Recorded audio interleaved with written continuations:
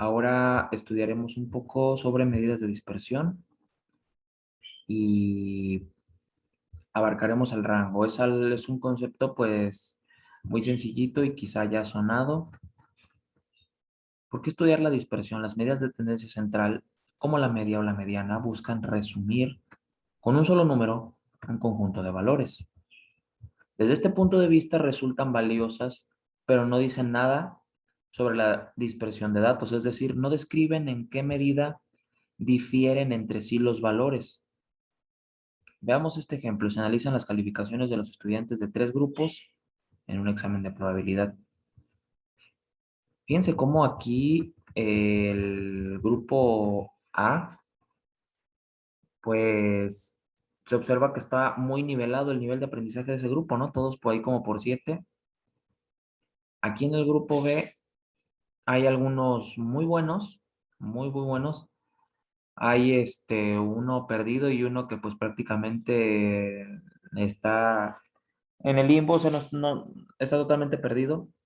Y observamos como en el grupo C como que hay alguno bueno, hay algunos que andan pues muy regulares y hay otro que anda perdido. Bueno, ¿qué similitudes y diferencias hay entre las gráficas? Bueno, pues mira, son 5 alumnos los que se están comparando de cada grupo. Lo que podemos observar de diferente es que, como lo comentamos, aquí está muy nivelado. Aquí hay unos 3 muy buenos y 2 malos y muy malos. Y aquí anda muy aceptable el rendimiento a excepción de uno. Eh, ¿Cuál gráfica presenta mayor dispersión de los datos? ¿Cuál menor dispersión? ¿Por qué? Bueno, mira, aquí podríamos observar que entre lo que podría ser variación, pues la dispersión de los datos que se observan aquí da un brinco muy grande del 0 al 5 y luego del 5 hasta el 10. Y aquí, como habíamos analizado, todos están muy nivelados, pero vamos a encontrar una parte importante. Eso lo vamos a descubrir hasta que calculemos el promedio. Ahí es donde podríamos sacar unas conclusiones interesantes. ¿Existe alguna relación entre la dispersión de los datos, mayor o menor, y la forma de la gráfica?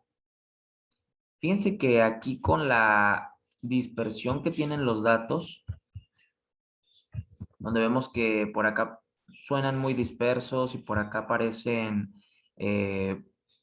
muy juntitos, pues a lo mejor habrá algunas gráficas que se adapten y podríamos a simple vista pensar que el grupo A es el mejor, pero checa la nivelación aquí de la columna que está vertical, esta de aquí de la izquierda, llega hasta el 8.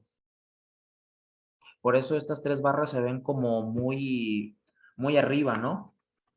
Pero si todas las columnas verticales llegaran al mismo número, el máximo donde vemos es el 12, a lo mejor ya veríamos a un poquito más rezagado y no como los demás que están acá, que parecen con mucho rezago y pareciera como que una muy buena gráfica.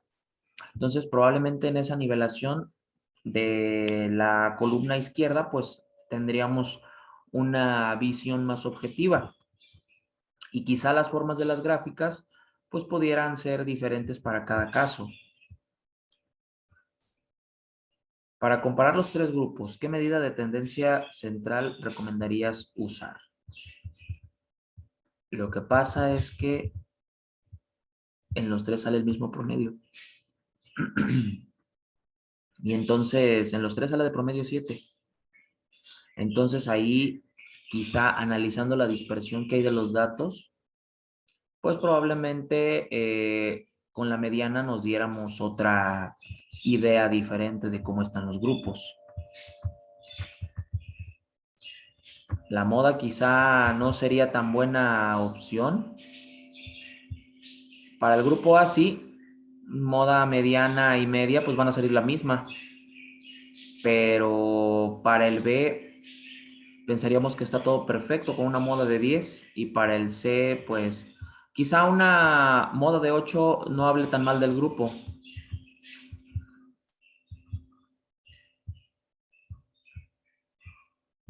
¿Cuál de los grupos logró un mejor aprendizaje?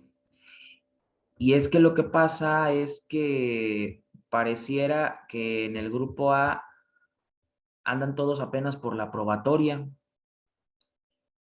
Eh, Podríamos quizá pensar que el grupo C, 4 de 5 andan entre aprobatoria y bien. No está, no está muy mal. En realidad,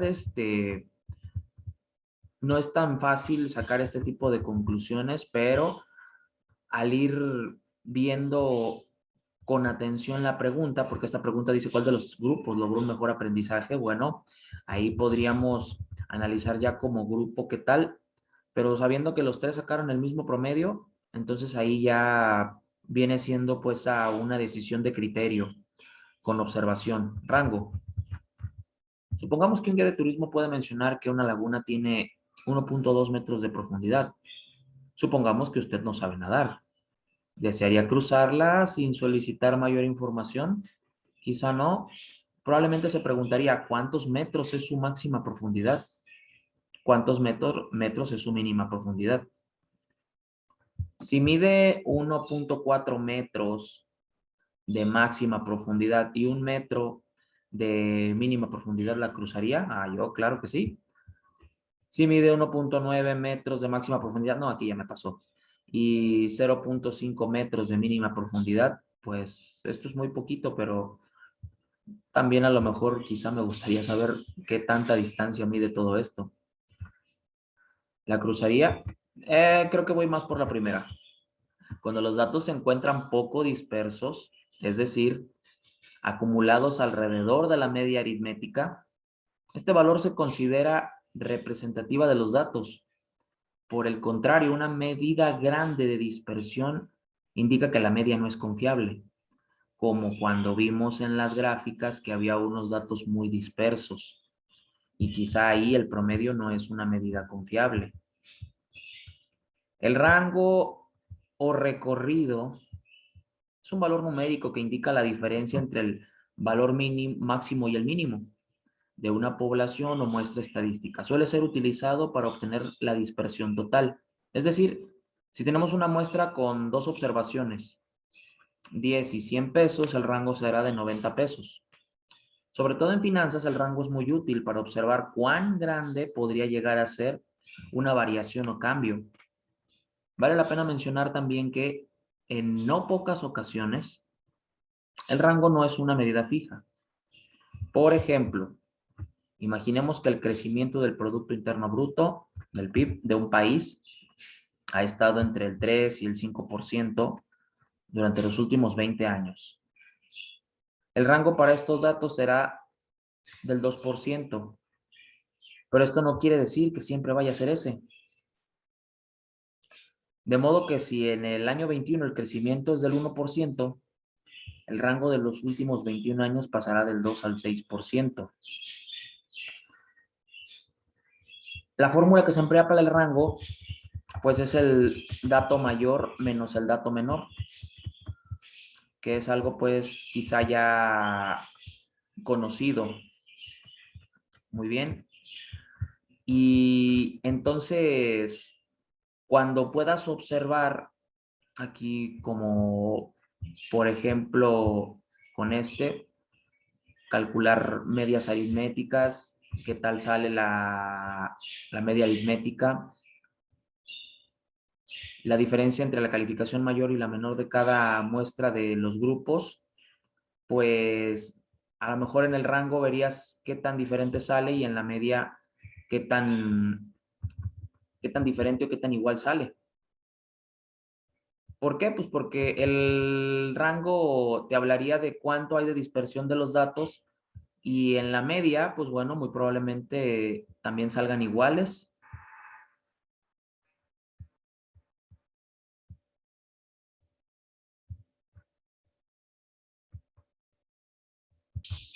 Todos nuestros grupos pues salen con promedio de 6 o una media de 6. Y el rango, pues el dato mayor menos el menor, 10 menos 2, 8. Este sale con rango 6. Pues, perdón, no tiene dispersión. 6 menos 6 pues sale 0. Dato mayor y dato menor, pues no tiene alguno que difiera más de otro. Por acá hay una poca dispersión entre 8 menos 4, pues saldrían 4. Y por acá también hay poca dispersión entre 8 y menos 4, pues también saldrían 4. Y entonces veríamos pues que la máxima dispersión pues la encontramos en el grupo A. ¿Ok? Esto es parte pues de lo que podríamos estar como recapitulando de lo que se estuvo hablando, de dónde se podría encontrar más dispersión de los datos. Quizá ahí la media no sea tan confiable como lo veríamos en el grupo A. Muy bien. ¿Qué grupo presenta mayor rango en sus calificaciones? Ok, bueno, como lo vimos, era el grupo A. ¿Qué grupo representa menor rango? Ese era el grupo B, pues todas las calificaciones tenían 6. Observa los datos de los grupos C y D. ¿Cuál de ellos presenta mayor variabilidad? La variación que salió entre ellos, pues bueno, el rango fue de 4 y sin embargo tienen el mismo rango, ¿verdad?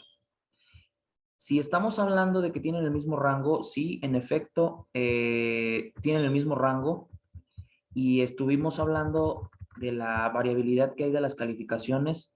Observamos que el grupo D trae dos calificaciones en 4. Ahí pensaríamos que no es un muy buen grupo, ¿verdad? Ahí, si tomamos como que la calificación aprobatoria fuera 6, por ejemplo, pensaríamos que el grupo D trae dos reprobados, mientras el C nada más trae uno. O sea, este grupo de aquí, el C y el D, pues, le salió lo mismo en su rango, pero como que sí trae más variabilidad de datos el grupo D.